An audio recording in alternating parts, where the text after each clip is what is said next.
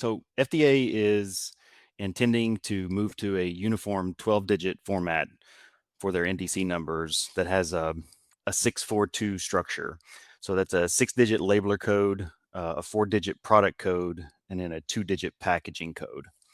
So today we have traditionally a 10-digit NDC number that comes in a variety of formats, whether that's 442, 532, and other formats that come out there. And they're trying to transition this to everybody goes to the same system and everybody is uniform across all products. The second reason, and probably a little more simplistically, is we're running out of labeler codes. With only 5 digits, there's a limited number of those, and the transition to 6 solves that capacity problem.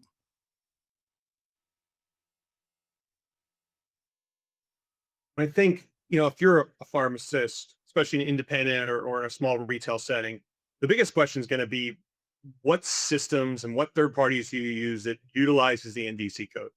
And I say that there's multiple fronts. There's the dispensing, which everybody thinks of, the barcode scanning, but also the adjudication. Because when the FDA said this is only impacting our labeler codes, not other formats, well, it is impacting the other formats. And really, the other format they're talking about is the industry created an 11-digit NDC code so that we could do all the financial back ends between reimbursement, insurance, adjudication, et cetera, et cetera, et cetera. So in going to a 12, you are going to impact the 11. And so the other piece of that is it's not just about the dispensing or the barcode or what's on the label. The other piece is what systems or what third parties do you have, or what are your wholesalers doing for you?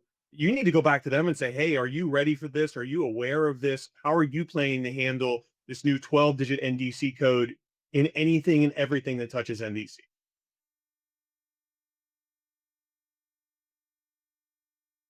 I'll jump in here. So I don't think it's going to necessarily create a clinical problem, a clinical safety problem, but it is definitely going to create a logistical problem, right? The drug product that's going to be contained in that is still going to be the same. It's still going to have the same therapeutic value.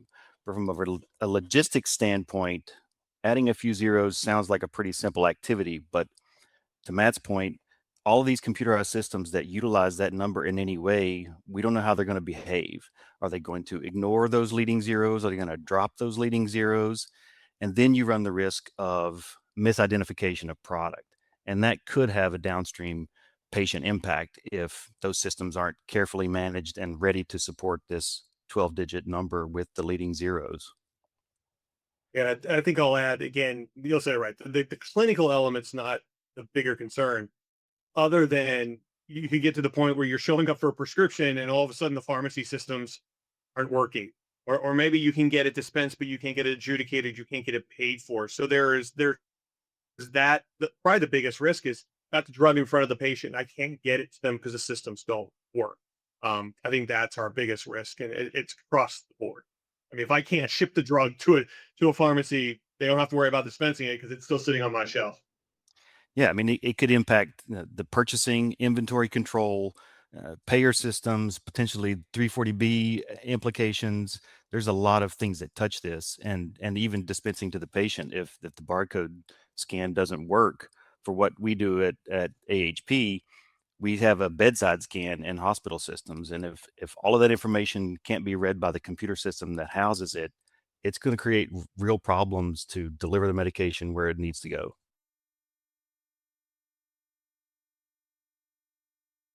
I think two things. One, I said it before, I think they need to reach out to their wholesaler, their primary conduit to the drug supply chain, and make sure that those wholesalers are engaging in those conversations.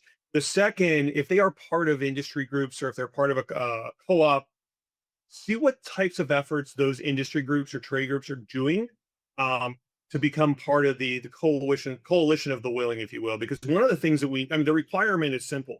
All of our systems need to be able to support a 10, 11, and 12-digit NDC code at the same time. The problem is, what does that standard look like that we all would implement? Um, and so we need our trade groups and we need these industry groups to get together. And it's bigger than DSCSA. DSCSA, you have the wholesalers and manufacturers driving it. Now you've got to get into the payers, the providers, the PBMs. And again, the best way to do that probably is through the trade groups. So the pharmacy entities need to be trying to do whatever they can with whatever context they have to say, hey, NCPDP, which is more of a standards group, but are you doing something in this space? NACDS, are you guys talking to ACA? Are you talking to the payer provider trade groups about how to do this? Because the FDA is not going to come out and publish a how to guide. They're not going to publish standards. It's going to be up to the industry. And unlike DSCSA, where the industry was relatively simple, manufacturer, wholesaler, dispenser, this thing's huge. Yeah, it's way bigger than DSCSA from an impact standpoint.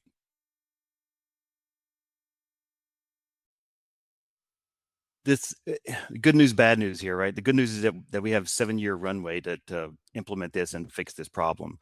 The bad news is that we only have 7 years of runway to implement and solve this problem, and DSCSA took a lot longer than 7 years. So I don't think the risks that organizations are going to face are going to be in the end state. It's going to be in the transition.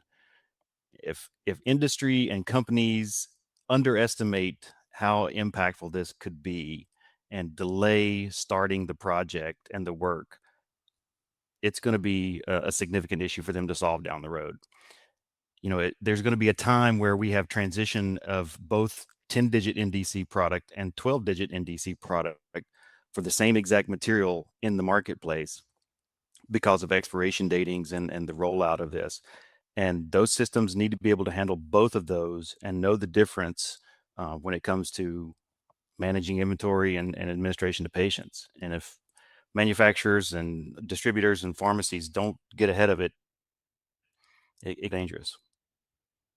Yeah, and I think the one, kind of break it up, the manufacturers, I joke, they have the easiest job. And, Neal's basically a manufacturer, right? I mean, Yep. you got to plan out your label revisions and then you'll make the change.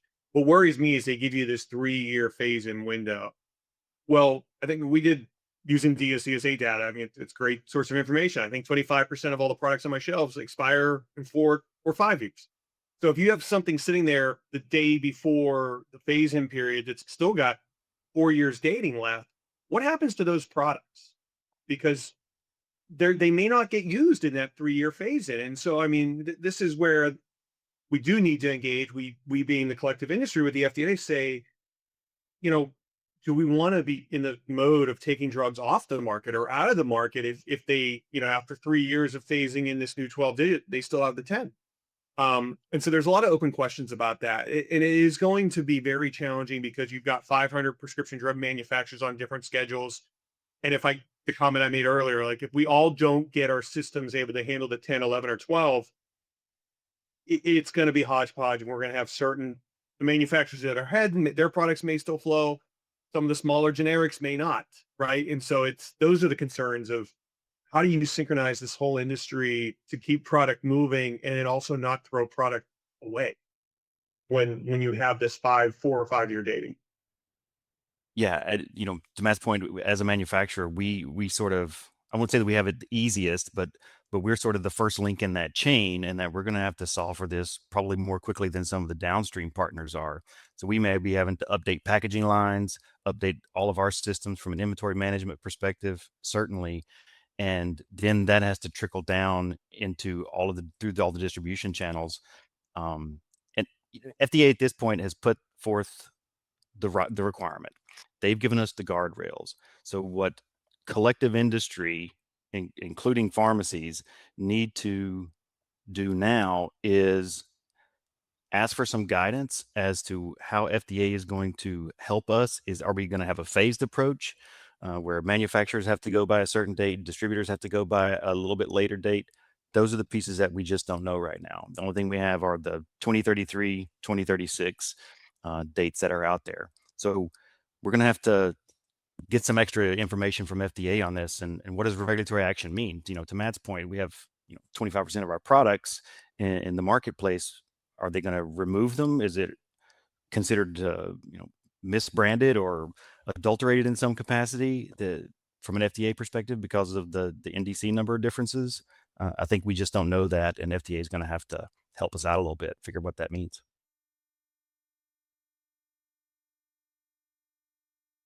Yeah, I guess there's two things. The comment about the regulatory action. I mean, and hopefully as part of DSCSA, they did this. They inventoried their systems. They understood what was impacted. Again, systems are you using, what processes are impacted. You have it documented. Start inventorying where the impact will be. Once you identify that, then you can identify who you can engage with to address it. The other nugget I want to call out that is also, this is not just pharmacy. This is also front of the store because OTC products are impacted as well. And so I just raise that as, again, why DSCSA is about this big and sorry, podcast, right? DSCSA is small compared to the size of this. Because once you start talking OTC, those could be completely different systems, completely different barcode scanners. Um, and don't forget about that because honestly, I think the human prescription side is going to be challenging enough. I think OTC will be twice as hard.